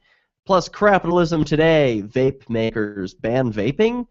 Some telepathy in the real world. An actress mistaken for a prostitute. The Queen burns poverty fund for heat. Plus, who's Ray Rice? We've got that. Welfare weed. Gun control out of control, and a story on Chelsea Manning, plus the relentless caller who just always blocks his address. We're not going to take your call. We're not going to get to all these stories today, but you can look up any of these show notes that we didn't get to at PeaceNewsNow.com or at my website, derekj.me. Turning first to CNET.com, where California deems carpooling via all rideshare services illegal. Uber, Lyft, and Sidecar are told to halt any carpool features. The California Public Utilities Commission confirms it sent 2 copies of a warning letter to all 3 peer-to-peer car services. This from Dana Carr at CNET.com. California regulators have sent warning letters to Uber, Lyft, and Sidecar to say that new carpooling features are illegal. Sidecar revealed Thursday that it received the letter from the California Public Utilities Commission, which said the ride-sharing service was breaking the law by testing its new shared rides or carpool feature. A Lyft spokesperson told CNET that it too received a similar letter. Initially, Uber told CNET that it didn't get the letter, but now the company says it was indeed contacted by the CPUC. The CPUC also confirmed with CNET that it sent 2 copies of the letter to Uber, one to company CEO Travis Kalanick and one to Chairman Garrett Camp on September 8th. This caller. Uber recently announced its intent to offer a new transportation service known as Uber Pool, the CPUC letter reads. Uber has not yet approached the commission regarding the Uber Pool service. Uber's proposed transportation service violates existing California law. Basically, the CPUC says that under California law, it's illegal for these ride-sharing services to charge passengers an individual fare when carrying multiple people in one vehicle. If the companies would like to add a carpool feature, they first have to request an adjustment to their existing permits with the CPUC or petition the state legislature to modify the law. Uber, Lyft, and Sidecar all unveiled carpool features last month. The 3 companies say the feature lets strangers in multiple locations, but heading in the same direction, share rides and split fares, saving passengers up to 50% per ride. Uber's service is dubbed Uber Pool, while Lyft's is Lyft Line, and Sidecar's is named Shared Rides. So this is ridiculous. This is talking about innovation, technology, making life easier for people, splitting the costs, making things more affordable, bringing people where they want to be. But no, the government says that's not allowed. You must follow these old antiquated laws. Why? Because we said so. Ugh, I am just muting this line. No more calls, okay? One guy just ruined it for everyone. Sorry. These endless calls, and if it's an unknown number, I can't even block it, so I don't even know who it is, so sorry. What else we got? Oh man, TSA refuses a TSA pat-down. This is an important story, and while we still have minutes remaining, I'm going to play the video clip for you. Here it is. Take a listen of what happened when one man said, "No, I won't let you pat me down." Alex Grossman. Okay, and why is this being done? Step over here. Why is this being done? Am I free to go? Are you detaining me? I'm not free to go, so you are detaining me. I just need to clear some information with you. Sir, where are you going? What is it? Why do you need to know where I'm going right now? I need to see your boarding pass that you used in Minneapolis. Why is that? I think I misplaced it. It might be on the airplane still. You don't have it with you? No.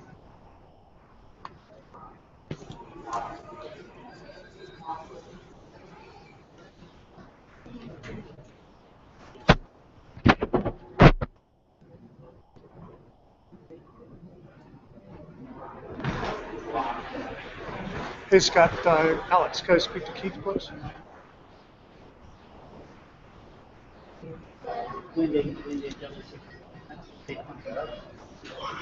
Hey, Keith. So the passenger claims she does not have the boarding pass with her.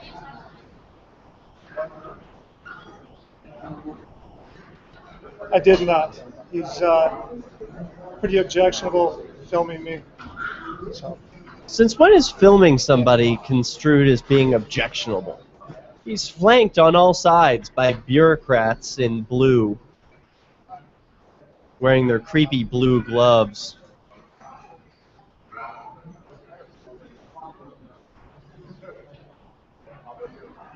Okay. Will do. Thank you. Okay. Yeah, so he was sort of pretending not to have his boarding pass, even though he did have it. Been completed in Minneapolis. Okay. So if we can afford you some privacy, we'll do it. Why does the screening need to be done now? Why can't I just leave the premises? Because it wasn't completed in Minneapolis. Well, what does that mean? Okay. Why do you need to do more screening if I traveled from point A to point B safely, right? Why does there now need to be more screening before I'm allowed to leave? That would lead me to believe that I'm being detained, would it not? Are you detaining me? I'm not detaining you. So then I'm going to leave. I'm just stating what I'm going to do. and I will reach out to Denver police, and they will apprehend you For what? for refusing our direction. Refusing your direction under, okay, what statute are you, what statute does that fall under? I'm not going to argue with you. Are What you going to law? comply or are you not? Where, is that an order or a request? I'm following my orders. So you were given an order to screen me. Okay. Why? I am not going to debate it with you. Are you going to comply or are you not? Is it a request or is it an order for me to... I am asking you, are you going to comply or not? So then it is a request. Simple answer. I'll Yes walk over there and talk with you if that's what you want me to do. We are going to complete screening. What do you mean by that? We are going to screen your body and your bags. I'm leaving. He's leaving. You reach out to DPD? Call him. Okay, the video cuts out there. Unfortunately, I wish that the person recording, I don't know much about this gentleman, we're going to learn a little bit about him now, but I wish that he kept recording and started recording a little bit earlier. It would be helpful to give a little background about what's actually going on. So last Saturday, Kaler Nygid took a Spirit Airlines flight to Denver to visit with friends. When he departed from Minneapolis-St. Paul International Airport, Transportation Security Administration, or TSA, agents patted him down and allowed him to board his flight.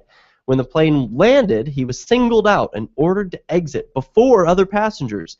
After he exited the aircraft, TSA agents approached Nygard and demanded that he go through an additional pat-down and screening of his luggage for explosive materials, which you just saw there. He had already arrived safely at his destination in Denver and simply wanted to leave the airport. And after an argument, which can be seen on video, Nygard refused the pat-down, despite the fact that the TSA agents claimed he would be arrested if he did not comply, and exited the airport without incident. So there he is. He just said, "Look, I'm leaving. Is this a request or an order? Am I free to go or not?"